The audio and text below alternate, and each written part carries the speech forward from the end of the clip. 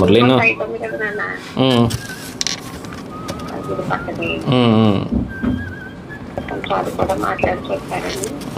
మాట్లాడదాం. ఇది 1 by 1 మాట్లాడదాం. ఇది దాదాపుగా మీరు 10 ఏళ్ళు 15 ఏళ్ళు సమస్య అనుకుంటే ఇది నాకు తెలిసి 15 ఏళ్ళు కాదన్నది 20 ఏళ్ళ క్రితం ఎన్నో గొడవలు అయ్యి తప్పదని కట్టుకున్నానండి. అప్పుడు ఊరు పెద్దల్లో కొంచెం నీటి కలవలు మీకులాగా నిలబడ్డారు. ఒక ఆయన ఉండేవాడండి.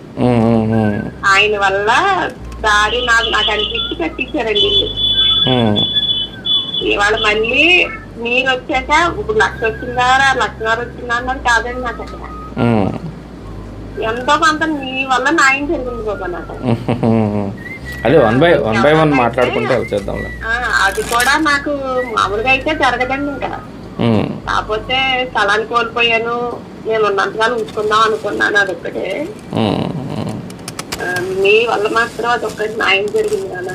అలాగే అలాగే అదే కలిసి కొంచెం మీతో మాట్లాడొద్దాం అనుకున్నాను. అవ్వలేదు. పర్లేదు. మీసారి మీరు వచ్చినప్పుడు పని చేయండి అమ్మా. చెప్పండి. నేను మిమ్మల్ని ఆఫీస్ నుంచి ఒకటి అడుగుతున్నాను. ఈసారి వచ్చినప్పుడు వచ్చేటప్పుడు ఒక రైస్ బ్యాగ్ పట్టరండి. తీసుకొస్తానమ్మా. నేను కూడా అనుకున్నానండి ఏదో ఆశ్రమం అన్నారు ఏదో నడుపుతున్నారు. ఒక రైస్ బ్యాగ్ తీసుకొస్తే ఎట్లాగ మన ఆఫీస్కి కొంచెం లేని వాళ్ళు వస్తూ ఉంటారు కదా. మీరు ఒక రైస్ బ్యాగ్ తీసుకొస్తే దాన్ని 2 భాగాలుగా విడ చేసి ఇద్దరికి ఇవ్వచ్చు. నేను ఒక 5,000 చేద్దాం అనుకున్నాను. దాని